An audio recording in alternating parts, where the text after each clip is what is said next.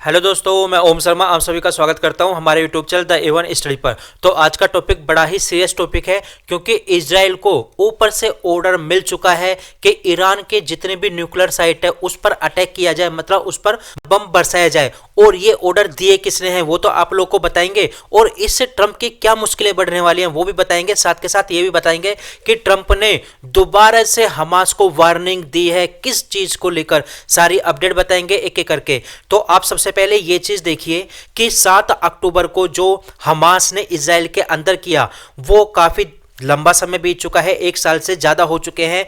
उसके बाद भी इजराइल ने हमास को उसका कई गुना वापसी कर दिया है, लेकिन इजराइल अभी भी बिल्कुल भी नहीं रुक रहा, हमास को ऊपर लगातार अटैक कर रहा है। हालांकि बीच बीच में खबर भी आई थी कि इन दोनों के मध्य सीज फायर हो जाएगा, लेकिन क्या हुआ, सीज फायर होते होते बार बार रुक जाता है और फिर अटैक करना शुरू हो जाता है, या तो हमास की तरफ से होता है या इजराइल की तरफ से शुरू हो जाता है। अब क्या लेटेस्ट न्यूज निकल कर आई है, तो आप यहां पर देख सकते हो कि इजराइल ने लगभग 22 जो फलस्तीनी हैं उनको मार गिराया है गाजा के अंदर।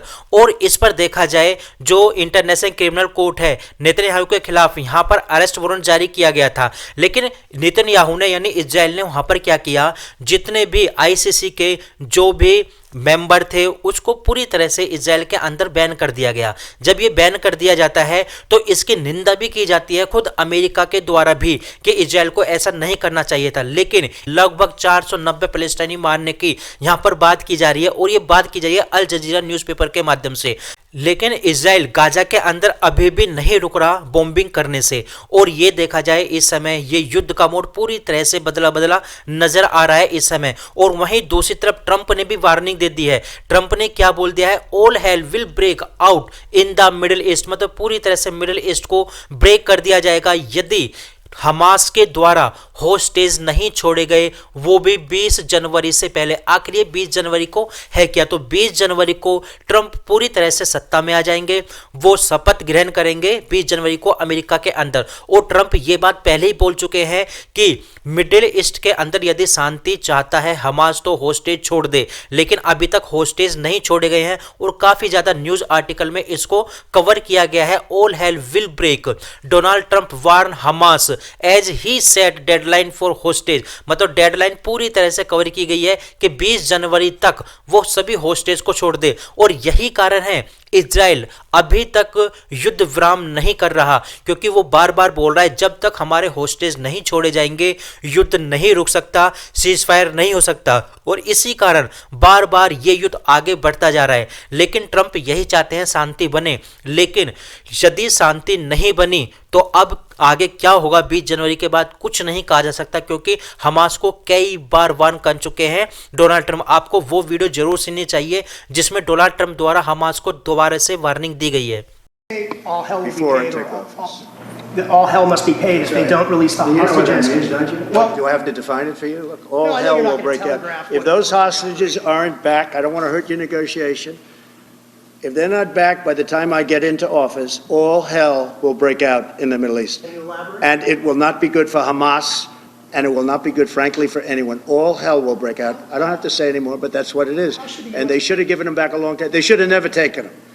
There should have never been the attack of October 7th. People forget that. But there was, and many people are killed. They're no longer hostages.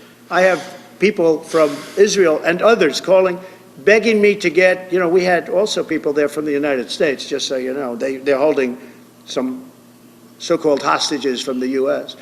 But I've had mothers come to me and fathers crying, can I get the body of their son back? Can I get the body of their daughter back? That beautiful girl where they threw her in the car, pulled her by her ponytail and threw her in the car like she was a sack of potatoes. I said, what happened to her? Sir, she's dead. Like a 19, 20-year-old beautiful girl. And the way they treated her. And I just say it this very simply. Steve's got a job to do. He's a great guy, great negotiator, great person. They respect him over there already. It's what we needed over there. We have people that know everything about the Middle East, but they can't speak properly. They don't know. He's a great negotiator. That's what I needed. I could have sent that gentleman right over there, Hussein. He's a great negotiator. There are people, they're rare. Great negotiators are very rare, like a great surgeon. But we have the right person. But I tell this, I don't want to hurt the negotiation.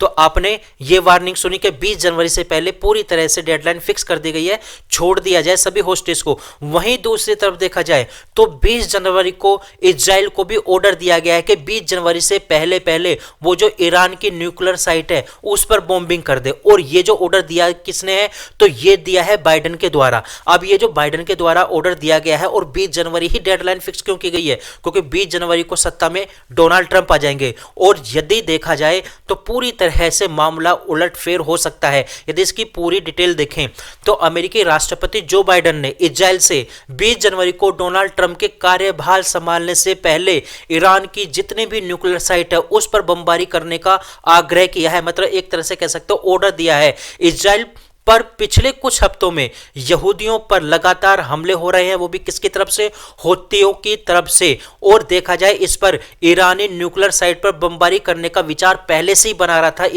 Israel को देखा जाए कथित तौर पर डर है कि Trump यदि सत्ता में आ जाते हैं तो ये पूरी तरह से रुख बदल जाएगा और पहले ट्रंप परमाणु समझौते का विकल्प चुनेंगे। लेकिन यदि इजराइल अटैक करता है तो ट्रंप की मुश्किलें बढ़ सकती हैं। कारण क्या है इसका, क्योंकि ट्रंप शांति चाहते हैं। ट्रंप पहले ही ये बात कह चुके हैं कि वो सत्ता में आएंगे तो उनको चारों तरफ शांति चाहिए। आप लोगों को ये भी ध्यान होगा कि इजराइल ने ईरान के अंदर हीनिया को मार गिराया था और उसके बाद ईरान के द्वारा अटैक किया गया था इजराइल के ऊपर। इजराइल ने भी अटैक किया था।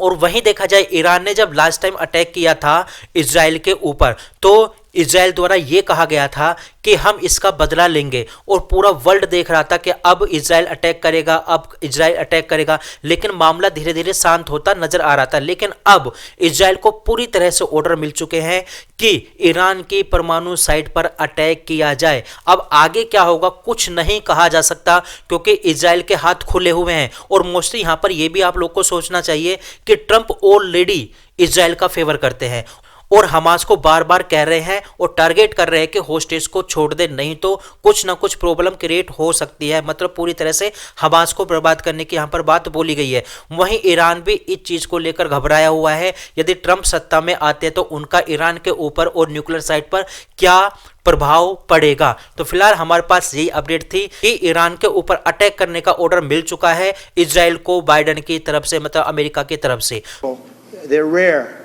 Great negotiators are very rare, like a great surgeon. But we have the right person. But I tell this, I don't want to hurt the negotiation. तो फिलहाल हमारे पास ये If the अपडेट deal थे। आप isn't लोग done कैसे before- लगी जरूर बताना, लाइक सब्सक्राइब करना बिल्कुल मत भूलना। Thank you.